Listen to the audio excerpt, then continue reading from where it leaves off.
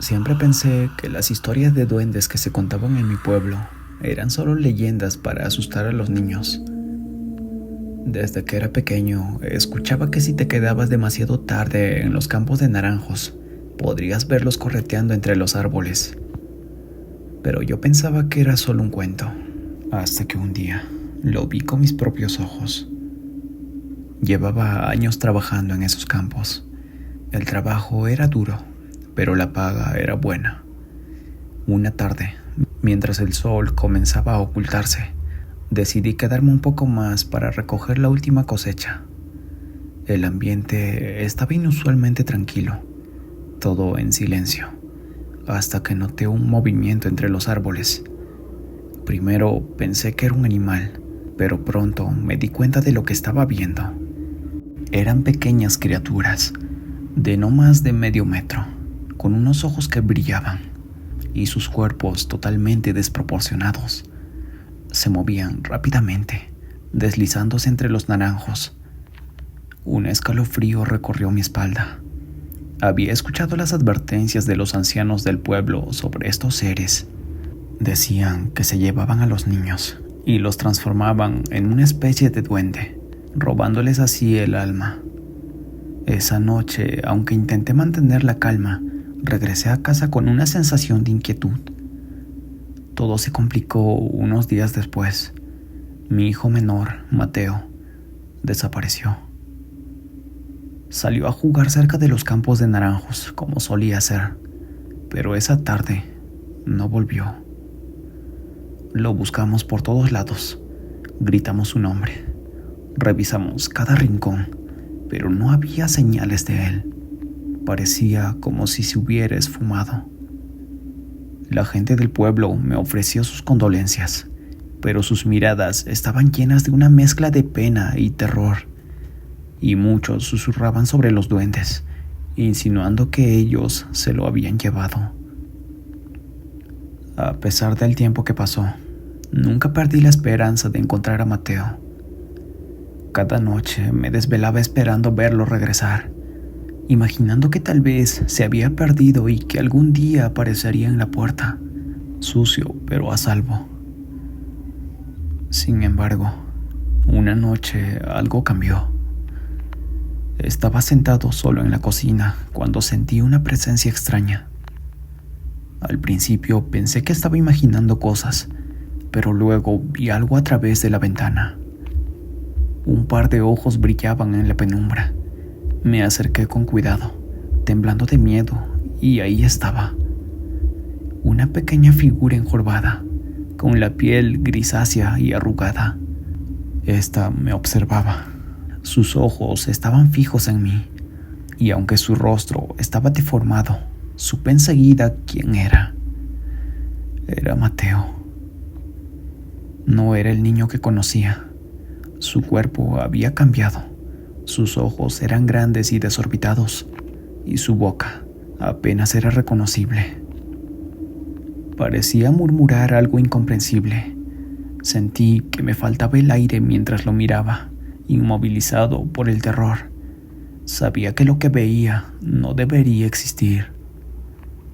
Mateo, o lo que solía ser él, permaneció allí unos momentos mirándome desde la ventana, y luego, tan rápido como había aparecido, desapareció entre los árboles. Corrí tras él llamando su nombre, pero ya no había rastro de mi hijo. Desde esa noche nunca más lo volví a ver, pero sé que está en algún lugar, atrapado entre los naranjos, convertido en una de esas criaturas horribles.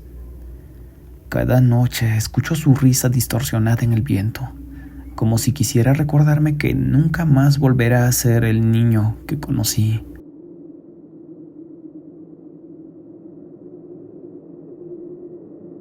Cuando tenía 14 años, había un profesor en mi secundaria que era conocido por su puntualidad y disciplina.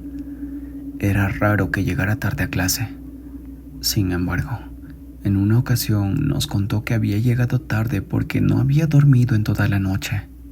La razón era que su situación económica no era la mejor y para ganar algo de dinero extra, su hermano, que era taxista, le había prestado el taxi para que pudiera trabajar durante la noche.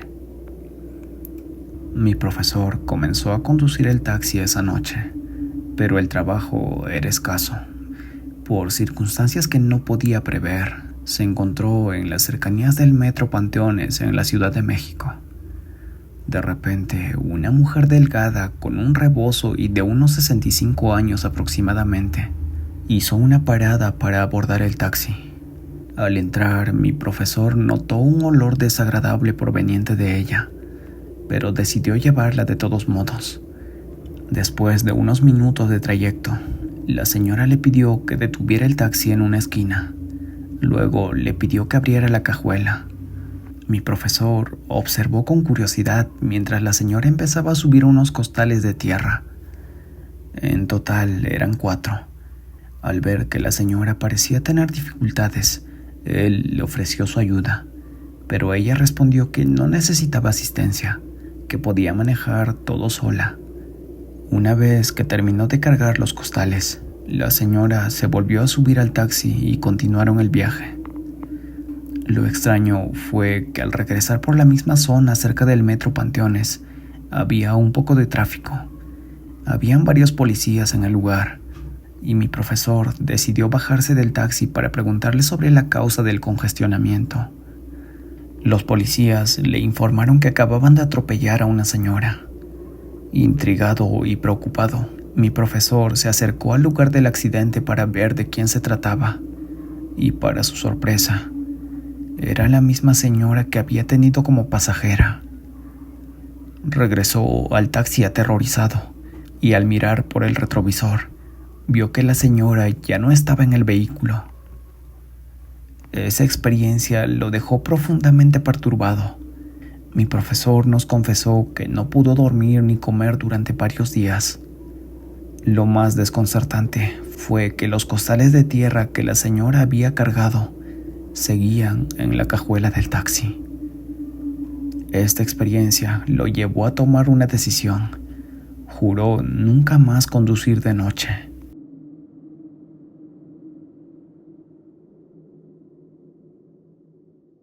Todo comenzó cuando decidí renovar un viejo local que había estado vacío por años. Mi plan era convertirlo en una barbería moderna, un lugar atractivo donde los clientes pudieran relajarse mientras se cortaban el cabello. El local estaba en una excelente ubicación, en una calle muy transitada, pero tenía un historial inquietante.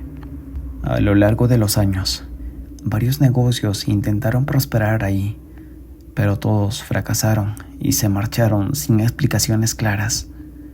Pensé que era solo una cuestión de mala suerte, hasta que empecé las obras.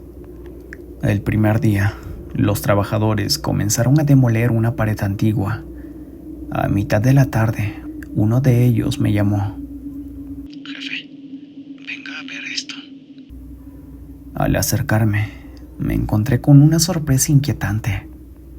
En la pared, parcialmente incrustados en el concreto, había huesos.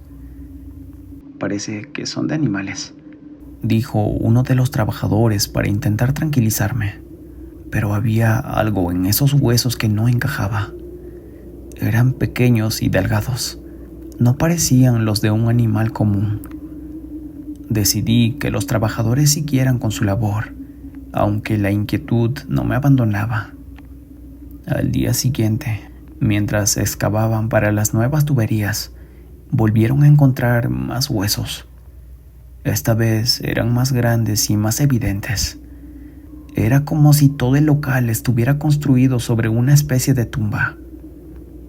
Decidí llamar a un especialista para identificar los huesos y darme instrucciones sobre cómo proceder. Cuando llegó el experto, examinó los huesos y su rostro se puso pálido. Estos no son huesos de animales, me dijo en un tono bajo. son humanos y parecen tener décadas, tal vez más de un siglo. Me explicó que los huesos eran tan antiguos que no había forma de saber de quiénes eran o por qué estaban enterrados en ese lugar. La historia del lugar era confusa y oscura, como si alguien hubiera hecho todo lo posible por mantener esos secretos enterrados. Esa misma noche, mientras el silencio del local vacío me rodeaba, empecé a oír unos ruidos extraños. Al principio pensé que eran los cimientos del edificio moviéndose, pero los sonidos eran demasiado claros. Golpes suaves, como si alguien estuviera rascando las paredes.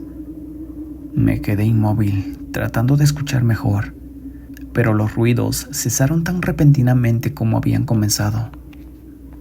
Al día siguiente, los trabajadores se negaron a continuar. Dijeron que habían visto sombras moviéndose dentro del local durante la noche, aunque este estaba completamente cerrado.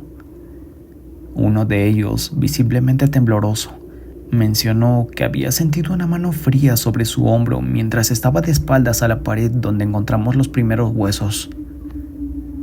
A pesar del creciente malestar, decidí seguir adelante con la renovación. Pensé que los ruidos y las visiones eran el resultado de mi propia inquietud por el descubrimiento de los huesos. Sin embargo, encontramos algo aún más perturbador. En el suelo del sótano, descubrimos un esqueleto completo. Este estaba en una posición que sugería que la persona había sido enterrada ahí contra su voluntad. Su mandíbula estaba abierta en una mueca de terror. Esa noche, el miedo me impidió dormir. Los ruidos, los murmullos y el frío se intensificaron. Me desperté en medio de la madrugada sintiendo una presencia en la habitación. Abrí los ojos y vi una sombra en la esquina, inmóvil, observándome. Intenté gritar, pero el terror me paralizó. La sombra no se movía, pero sentía su mirada. Sentía una presión en el pecho que me ahogaba. Al día siguiente cancelé el proyecto. Contacté a los antiguos propietarios del local y, tras insistir, uno de ellos finalmente confesó lo que todos habían tratado de ocultar. «Ese lugar está maldito», me dijo con una voz temblorosa. «Hace décadas, antes de ser un local, era un campo de ejecución.